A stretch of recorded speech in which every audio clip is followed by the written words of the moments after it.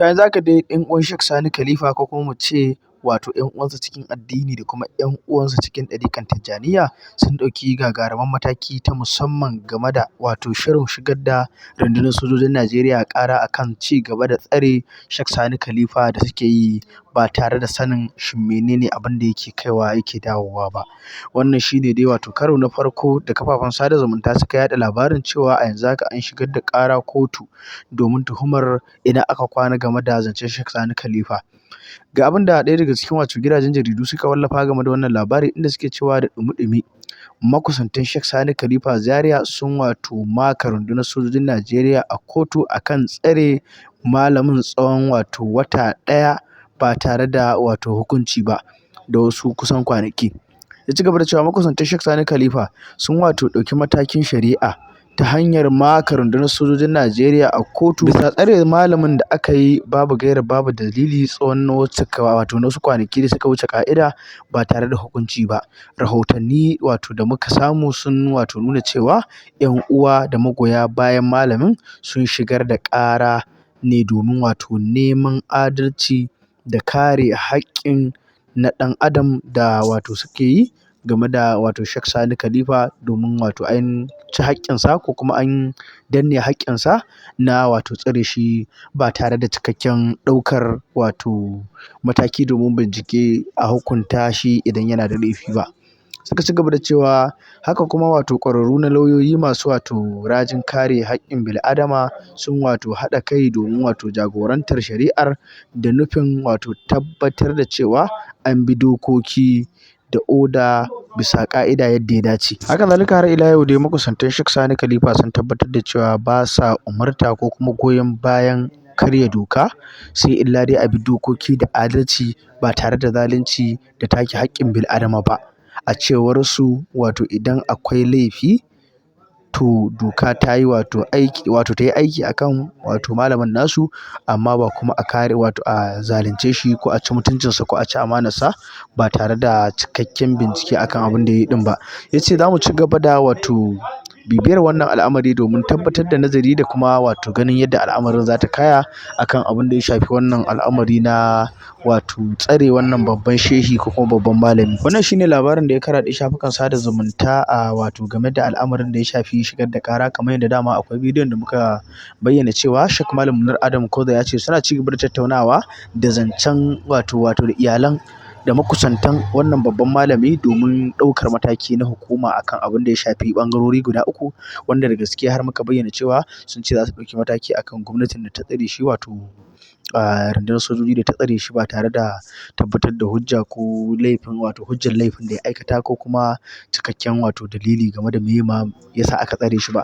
Na farko kenan. Na biyu suka ce za su shigar da ƙara akan abin da ya shafi Sheikh Lawal Tirayen sakamakon ƙarya da ƙage da ya yi na wato laƙaba masa sharrin cewa an ce ya tara bokaye domin a yi tsafi, da kuma cewa biliyan 2 aka tura masa. Sannan kuma da Fu'adu Abubakar, wanda wani wato mai harkar gidan jarida ne a ƙasar Amurka, wanda yana aiwatar da abubuwa makamantan haka akan abin da ya shafi addini, shi ma ya yi ƙage ƙarya, wanda shi ma dai ya ce za su ɗauki mataki bisa doka gwargwadon abin da za su iya. To ina ga wannan shine kai tsaye za a iya cewa aikin nasu ya fara, wanda sun fara shigar da gwamnatin Najeriya a cikin wannan al'amari ƙara, ba don komai ba sai don a fitar da haƙƙin wannan babban malami akan tsare shi da ake babu gaira babu dalili.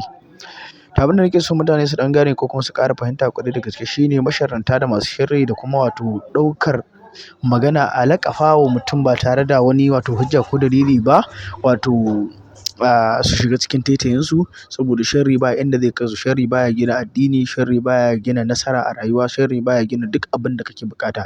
Duk yadda ka iya yin sharri da ƙarya da ƙage to na ɗan wani lokaci ne. Ita ƙarya gaba ɗayanta duk abin da aka gina ta bisa ƙarya za ka samu na ɗan wani lokaci ne, ba ta da tasiri ta rinƙa juya zamani, ta ci gaba da juya zamani har a kai wani tsawon lokaci.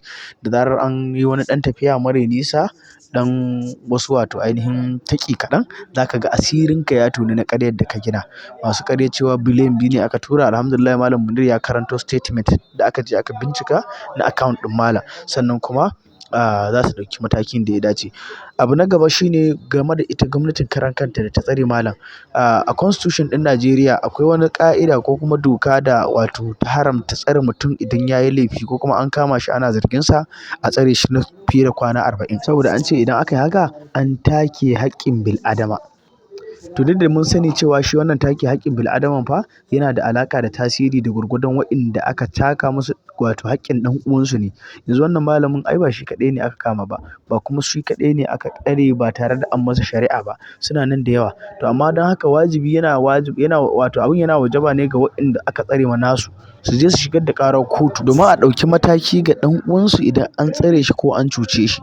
Wannan shine magana ta gaskiya. Don haka Sheikh Sani Khalifa 'yan uwansu wajibi ne da almajirai da sauran magoya baya su ɗauki mataki akan shigar da ƙara kotu domin a biya musu haƙƙinsu na wato ɗaure malaminsu ko kuma riƙe malaminsu babu gaira babu dalili da tsawon wasu lokuta. Haka wannan shine duk da mun sani cewa dama ita ƙasar mu ta ginu ne kusan za a iya cewa akan zalunci. Tun tale-tale dama duk wanda ya san Najeriya wannan ɗabi'a ce ta Najeriya. Haka kawai a kama mutum ba gaira babu dalili a tsare shi ba tare da cikakken hujja ko dalilin meye ma yasa aka kama shi ba. Sai ka ga mutum sai ya kai kusan ƙila akwai wanda sai shekara 5 yana tsare, shekara 10 yana tsare, shekara har fiye da haka yana tsare ba tare da an tantance shi menene ma abin da ya aikata ba.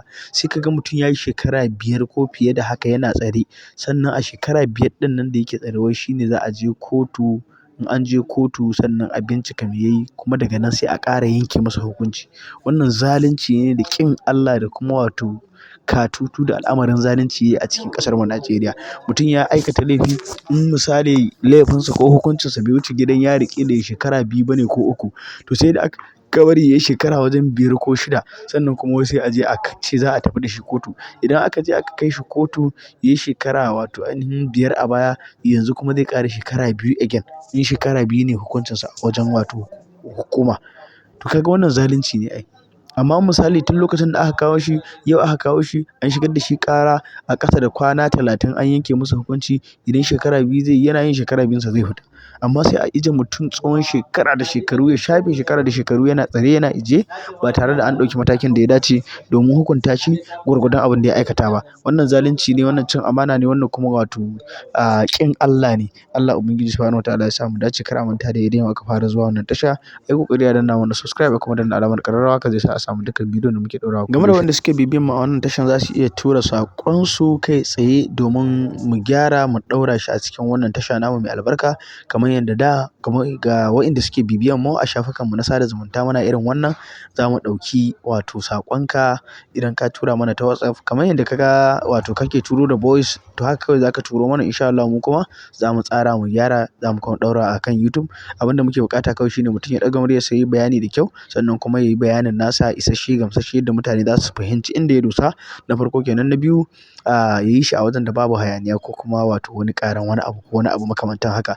In Allah ya sa yadda in ka bi wannan ƙa'idojin za mu duba kuma za mu ɗauko shi za mu ɗauki wato ainihin gyara mu ɗaura shi a wannan tasha namu. Allah Ubangiji ya sa mu dace. Da lambar da za a ɗauki wannan wato tura ko kuma wannan saƙon za a iya samun mu ta 08035 20 85 0h 08035 20 85 0h. Idan an tura mana in sha Allahu Rabbi za mu duba. Daga nan nake ce muku a huta lafiya.